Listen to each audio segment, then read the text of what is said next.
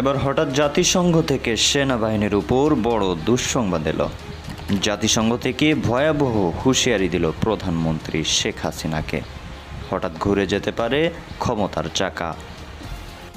বাংলাদেশ সেনাবাহিনী এই মুহূর্তে আন্তর্জাতিক অঙ্গনে পিসকিপিং মিশনে বাংলাদেশ সরকারের কি বল প্রয়োগ করার সক্ষমতা কমে যাচ্ছে? বল প্রয়োগ বলতে আমি সরকারি বাহিনী দিয়ে বল প্রয়োগ করা, মানে আপনি তো বাহিনীগুলোকে লেলিয়ে দিচ্ছিলেন। দর্শক, দেশ প্রবাস দূরে কিংবা কাছে বসে যারা আমাদের দেখছেন সবাইকে ভিন্নভাবে রিকোয়েস্ট করছি আজকের এই গুরুত্বপূর্ণ সংবাদটি দেখে যাবেন। দর্শক, এবার হঠাৎ জাতিসংঘ থেকে সেনাবাহিনীর উপর বড় দুঃসংবাদ এলো। জাতিসংঘ থেকে ভয়াবহ হুঁশিয়ারি দিল প্রধানমন্ত্রী শেখ হাসিনাকে। ঘুরে যেতে পারে ক্ষমতার চাকা, এমনটাই বলা হয়েছে। দর্শক, আপনারা জানেন কোটা বিরোধী আন্দোলনের ভিতর ছাত্রদের উপর বা বিভিন্ন দলের নেতাকর্মীদের উপর যেই গাড়ি দিয়ে হামলা চালানো হয়েছিল সেই গাড়িগুলো নাকি জাতিসংঘের। তাহলে বাংলাদেশে আসলো কিভাবে? দর্শক, এই একটা প্রশ্ন নিয়ে প্রধানমন্ত্রীকে খুব আকারে ধমকিয়েছে। এ ব্যাপারে প্রধানমন্ত্রীকে হুঁশিয়ারি জানানো হয়েছে। জাতিসংঘ থেকে সেই গাড়িগুলো বাংলাদেশে কিভাবে এলো সেটা আমরা শুনবো, এবং কি কি হুঁশিয়ারি দিয়েছে সেনাবাহিনীর উপর, কেন দুঃসংবাদ এলো স্বল্প আকারে আপনাদের সামনে একবার তুলে ধরা হবে নাইম ভাইয়ের মুখ থেকে। তো দর্শক, কথা না বাড়িয়ে চলুন এ বিষয়ে বিস্তারিত তথ্যগুলো জেনে আসি। আশা করি সঙ্গেই থাকবেন এবং লাইক দিয়ে আপনার মতামতটি জানাবেন। বাংলাদেশ সেনাবাহিনী এই মুহূর্তে আন্তর্জাতিক অঙ্গনে পিসকিপিং মিশনে বাংলাদেশ থার্ড কান্ট্রি যারা সর্বোচ্চ পরিমাণ সেনা এবং কি যে যানবাহন আছে সেটাকে কন্ট্রিবিউট করেন জাতিসংঘের পিসকিপিং মিশনে। আমি আমার লাস্ট ভিডিওতে বলেছিলাম আমরা যে গাড়িগুলো দেখলাম যে রাস্তায় নামছে ইউএনের মানে ইউনাইটেড নেশনের লোগো সম্বলিত, সম্ভবত এগুলো তারা আমাদেরকে দিয়েছে, আমরা হয়তো ব্যবহার করছি, রাস্তায় বের করছি। বাট এই জায়গাটাতে একটু তথ্য আপডেট করতে চাই। বেসিক্যালি এই যানগুলো বাংলাদেশেরই, তবে যেই যানগুলোতে ইউএন লেখা নিয়ে বা সেনাবাহিনীর ভূমিকা নিয়ে এখানে যখন বক্তব্য উঠে আসছে আন্তর্জাতিক অঙ্গনে, ডয়চে ভেলের একটা রিপোর্টকে কেন্দ্র করে মোটামুটি নিয়ে জাতিসংঘ আলোচনা করছে সেনাবাহিনীর এই যান নিয়ে। হ্যাঁ, তো এগুলো নিয়ে যখন আলোচনা চলছে তো সেনাবাহিনীর জন্য এখানে একটু তো দুঃসংবাদ আছে। জাতিসংঘ পিসকিপিং যে মিশন আছে সেখানে অনেক রাষ্ট্রই চায় বাংলাদেশ পার্টিসিপেট না করুক। এটা নিয়ে ষড়যন্ত্র হচ্ছে, আবার কিছু লিগেল ইস্যু আছে, যেমন যে আমরা যারা বিশ্ব শান্তি রক্ষায় যাই আমার দেশের ওই সেনাবাহিনীর সদস্যরা ওইখানে যাচ্ছে কিনা যারা এই দেশে নিজের কোনো মানুষকে হত্যা করছে, অথবা পুলিশের কোনো মানুষ তিনি হত্যা করছেন, অথবা র্যাবের কোনো সদস্য তিনি নিজেই তার দেশে মানবাধিকার লঙ্ঘন করছেন বাট আন্তর্জাতিক অঙ্গনে যাচ্ছেন। এই জন্য কিন্তু অনেক ঝড়ঝাপটা গেছিল, তারপরেও বাংলাদেশ নিজেদের জায়গায় ঠিক আছে। বাট রাইট নাও বাংলাদেশের বিক্ষোভ দমনের জন্য কারফিউ জারির পর ঢাকার রাস্তায় সেনাবাহিনীর টহল দেওয়ার সময় ইউনাইটেড নেশনস লেখা যে সাজোয়া যান ব্যবহার নিয়ে শোরগোল তৈরি হয়েছে। আন্তর্জাতিক বার্তা সংস্থা রয়টার্সের ধারণ করা একটা ভিডিওতে দেখা যাচ্ছে, যে ভিডিওটা ভাইরাল হয়েছে বা তারা প্রকাশ করেছে, ঢাকার কারণ বাজার এলাকায় মেট্রো রেল স্টেশনের সামনে দিয়ে সেনাবাহিনীর সাজোয়া যান যাচ্ছে। সেটি রং সাদা এবং সেখানে ইউনাইটেড নেশনস লেখা রয়েছে। পৃথিবীর বিভিন্ন দেশে নিয়োজিত জাতিসংঘ শান্তিরক্ষী বাহিনীর সরঞ্জামে ইউএন লেখা থাকে এবং সেসব সামরিক সরঞ্জাম সাদা রঙেরই হয়ে থাকে। বাংলাদেশ সেনাবাহিনী ইউএন লেখা এবং সাদা রঙের সাজোয়া যান ব্যবহার নিয়ে এখন বিতর্কে আছে। জাতিসংঘ মহাসচিব স্টেফান ডুজারিকের নজরেও বিষয়টি আনা হয়েছে। জাতিসংঘ সদর দপ্তরে আয়োজিত এক নিয়মিত সংবাদ সম্মেলনে তিনি যখন এই প্রশ্নটা পেলেন তিনি বলছিলেন, জাতিসংঘের নির্ধারিত কাজ ছাড়া অন্য কোনো ক্ষেত্রে জাতিসংঘ লেখা যানবাহন ব্যবহার করা যায় না। বাংলাদেশে আমাদের সহকর্মীরা জাতিসংঘ লেখা বাহন চলমান ঘটনা প্রবাহের মধ্যে ব্যবহৃত হয়ে থাকতে পারে। আমরা এটা গুরুত্ব সহকারে বলতে চাই, যেসব দেশ জাতিসংঘের সেনা এবং পুলিশ সদস্য পাঠাচ্ছে সেসব দেশ যাতে শুধু জাতিসংঘের কাজ করার ম্যান্ডেট আছে সেখানেই কেবল জাতিসংঘ লেখা বাহন ব্যবহার করতে পারবে, এটা নিয়ে একটা স্পষ্ট নির্দেশনা দেওয়া হয়েছে। বিষয়টি নিয়ে আমাদের পররাষ্ট্রমন্ত্রী এবার এটাকে ক্লিয়ার করেছেন যে আসলে ঘটনা কি, কেন জাতিসংঘের এই বিষয়টা সামনে আসছে। তো সহিংসতায় ক্ষতিগ্রস্ত এলাকা যেগুলো সেখানে কূটনীতিকদের নিয়ে ঘোরার পর তিনি বলছিলেন যে হ্যাঁ, সেনাবাহিনীর একটি সাজোয়া যানে ইউনাইটেড নেশনস লেখা ছিল। এখন এটা কিভাবে হয়েছে? ভুল করে। পররাষ্ট্রমন্ত্রী বলছেন যে ভুল করে জাতিসংঘের লোগো সম্বলিত গাড়ি ব্যবহার করা হয়েছে, তবে এই গাড়ি জাতিসংঘের নয়, এটা বাংলাদেশেরই গাড়ি। তিনি বলছেন জাতিসংঘের কোনো গাড়ি আমরা ব্যবহার করছি না, গাড়িগুলো জাতিসংঘ শান্তি মিশনে ভাড়া দেওয়া হয়েছিল। তার মানে জাতিসংঘ শান্তি মিশন তারা বিভিন্ন দেশের থেকে বিশেষ করে যেই দেশের সেনাবাহিনী বা পুলিশ আর্মি বা আরও যেই সেক্টরগুলো আছে সেখান থেকে মানুষ তারা নেয়, সম্ভবত সেই দেশের সাজোয়া যানটান তারা ভাড়াতে নেয় বা রেন্টে নেয়। তো তিনি বলছিলেন সেই গাড়ির লোগোগুলো ভুল করে মোছা হয়নি, এখন সেগুলো মুছে ফেলা হয়েছে যখন বিষয়টা জাতিসংঘ সামনে আনছে। সামরিক বিশেষজ্ঞরা বলছেন সাদা রঙের এসব সাজোয়া যান হয়তো সম্প্রতি জাতিসংঘ মিশন থেকে ফিরেছে অথবা কোনো মিশনে যাওয়ার প্রস্তুতিতে আছে, সেজন্য এগুলোতে সাদা রং আপনার করা হয়েছে। বিষয়টি নিয়ে কথা বলার জন্য বিবিসির তরফ থেকে সামরিক বাহিনীর মুখপাত্র প্রতিষ্ঠান আন্তঃবাহিনী জনসংযোগ পরিদপ্তরে ইমেল করা হলেও কোনো রকম উত্তর আমাদের এখান থেকে দেওয়া হয়নি। আচ্ছা, এখন জাতিসংঘে কি ভাড়া দেওয়া হয় এটা একটু ক্লিয়ার করি। বাংলাদেশ আর্ম ফোর্সেস ডিভিশনের ওয়েবসাইটে লেখা আছে 1988 সালে শুরু হওয়া শান্তিরক্ষা মিশন শুরু হবার পর থেকে এখন পর্যন্ত তারা 40টি দেশ এবং স্থানে 63টি শান্তিরক্ষা মিশন শেষ করেছে। এসব মিশনে 1,67,000 সেনা তারা অংশ নিয়েছে। বর্তমানে বিশ্বের 12টি দেশে প্রায় 7,000 শান্তিরক্ষী রয়েছে। বাংলাদেশ যখন যেখানে শান্তিরক্ষা মিশনে যায় তখন সেখানে জাতিসংঘ নির্ধারিত সামরিক এবং অন্যান্য সরঞ্জাম তারা নিয়ে যায়। এসব সরঞ্জামের জন্য জাতিসংঘ বাংলাদেশকে ভাড়া দেয়। Right, that's the point. সরঞ্জাম আনা নেওয়া এবং মিশনে সেগুলো রক্ষণাবেক্ষণের জন্য জাতিসংঘ অর্থ দেয় সংশ্লিষ্ট দেশগুলোকে। প্রতিটি জিনিস ব্যবহার করার জন্য জাতিসংঘ অর্থ দেয়। যে কোনো মিশনে যাবার আগে জাতিসংঘের তরফ থেকে বাংলাদেশকে জানিয়ে দেওয়া হয় যে কোন ধরনের সরঞ্জাম লাগবে, এর একটি তালিকা দেওয়া হয়। বাংলাদেশ সেসব সরঞ্জাম নিয়ে যায় এবং জাতিসংঘ এর ভাড়া প্রদান করে। মিশন শেষ হলে সেসব সরঞ্জাম দেশে ফেরত আনা হয় বলেও জানিয়েছেন একজন সামরিক ঊর্ধ্বতন কর্মকর্তা। তো আমরা যদি দেখছি যে শান্তিরক্ষা মিশনে অংশগ্রহণকারী দেশগুলোর সাথে জাতিসংঘের চুক্তি দুই রকম হয়, ওয়েট লিজ এবং ড্রাই লিজ। ওয়েট লিজ ব্যবস্থায় যেসব দেশ সৈন্য ও পুলিশ সদস্য পাঠায় তারা বড় ধরনের সরঞ্জাম দেয় এবং সেগুলো নিজেরাই রক্ষণাবেক্ষণ করে, এজন্য খরচটা জাতিসংঘ দেয়। আর আচ্ছা, তো মোটামুটি বোঝা যাচ্ছে যে এই মুহূর্তে যেটা এমনকি এই ভাড়াটারা এটা আসলে সরকারের ফরেন কারেন্সি হিসাবেই আপনার কানেক্টেড হয়। তো আমরা বুঝতে পারছি যে যেই গাড়ি নিয়ে বিতর্ক হয়েছে সরকার এটা থেকে আপনার নিজেদের অবস্থান পরিষ্কার করছে।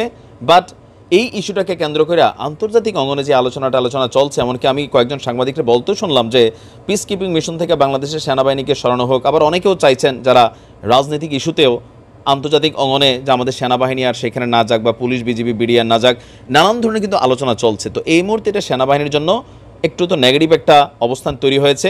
তো আমার মনে হয় যে সেনাবাহিনীর উচিত যারা মেইল করেছেন রয়টার্স বা যেই গণমাধ্যমগুলো তারা সেটাকে সুন্দরভাবে একটা অ্যান্সার দিয়ে দেওয়া বা জাতিসংঘের জন্য যে বক্তব্য আছে সেটাকে অফিসিয়ালি আইএসপিআর মাধ্যমে একটা বিবৃতি দেওয়া প্রকাশ করা।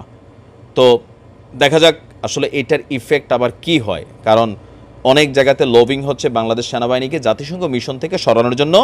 অভিযোগ একটাই, যেহেতু আমাদের সাবেক সেনাপ্রধান তিনি দুর্নীতিতে দায়গ্রস্ত হয়েছেন বা অনেক অফিসাররাও অনেক জায়গায় নানান ধরনের কী বলা যায় অপকর্মে জড়িত হয়েছেন, সব কিছুকে মিশন কানেক্ট করে এখন বাংলাদেশ এখান থেকে বাদ হইলে অন্যান্য দেশের লাভ আছে।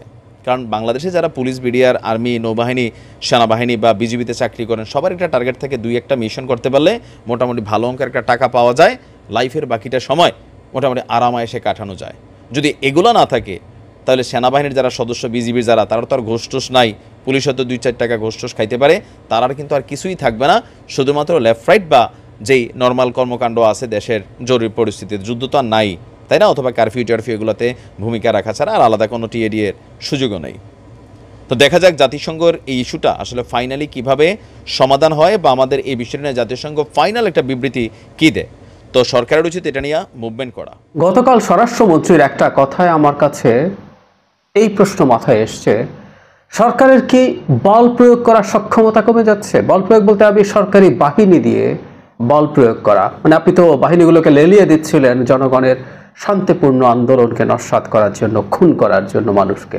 সেই সক্ষমতা কমে আসছে কিনা এই প্রশ্নটা মাথায় এসছে এবং আমি ধারণা করি সে সম্ভবত কমে আসছে। কেন কমে আসছে, কেন মনে হচ্ছে এরকম, সেই ব্যাপারটা নিয়ে কথা বলবো। তার আগে খুব গুরুত্বপূর্ণ দুটো স্টেটমেন্টের দিকে আপনাদের দৃষ্টি আকর্ষণ করতে চাই। একটা হচ্ছে জাতিসংঘের মানবাধিকার হাই কমিশনার যিনি আছেন ফলকার তুর্ক, তিনি একটা স্টেটমেন্ট দিয়েছেন, এবং আরেকটা হচ্ছে জাতিসংঘের অনেকগুলো মানবাধিকার সংস্থার অনেকগুলো আলাদা আলাদা সেকশন আছে, অনেকগুলো বিষয়ের জন্য আলাদা আলাদা বিশেষজ্ঞ র্যাপোর্টিয়ার আছেন, তারাও একটা জয়েন্ট স্টেটমেন্ট দিয়েছেন।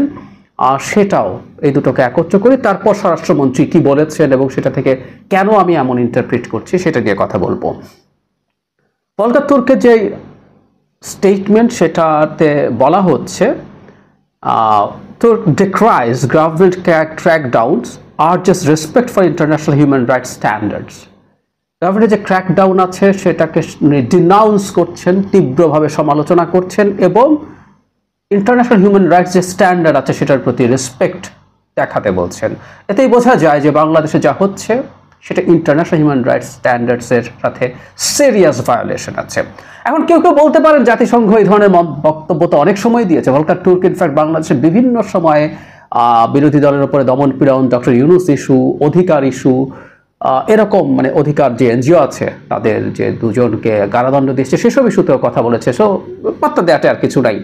আমি টিভি টক শোতে আওয়ামী লীগের লোকজন কেমন বলতে শুনেছি, কিন্তু আমাদের খেয়াল রাখতে হবে এই মুহূর্তে বিশ্বের দৃষ্টি বাংলাদেশের ওপরে, এবং যেটা সবচেয়ে জরুরি কথা, বাংলাদেশ মিলিটারি এখন ডিপ্লয়েড আছে এবং বেশ কিছু ছবি এবং ভিডিও আমাদের সামনে এসে হাজির হয়েছে যেখানে মিলিটারিকে জনগণের ওপরে গুলি করতে দেখা গেছে। আমরা জানি বাংলাদেশ জাতিসংঘ শান্তিরক্ষী বাহিনীতে কাজ করে, সো জাতিসংঘের জিনিসগুলো মনিটর করার সম্ভাবনা অনেক বেশি এখন যে কোনো সময়ের চাইতে। যাই হোক, উনি যে কথাগুলো বলছেন একটা জায়গায় খুবই ইন্টারেস্টিংলি উনি বলছেন অনেক মানুষ সেখানে ভায়োলেন্ট অ্যাটাকের শিকার হয়েছেন, groups reportedly affiliated with the government.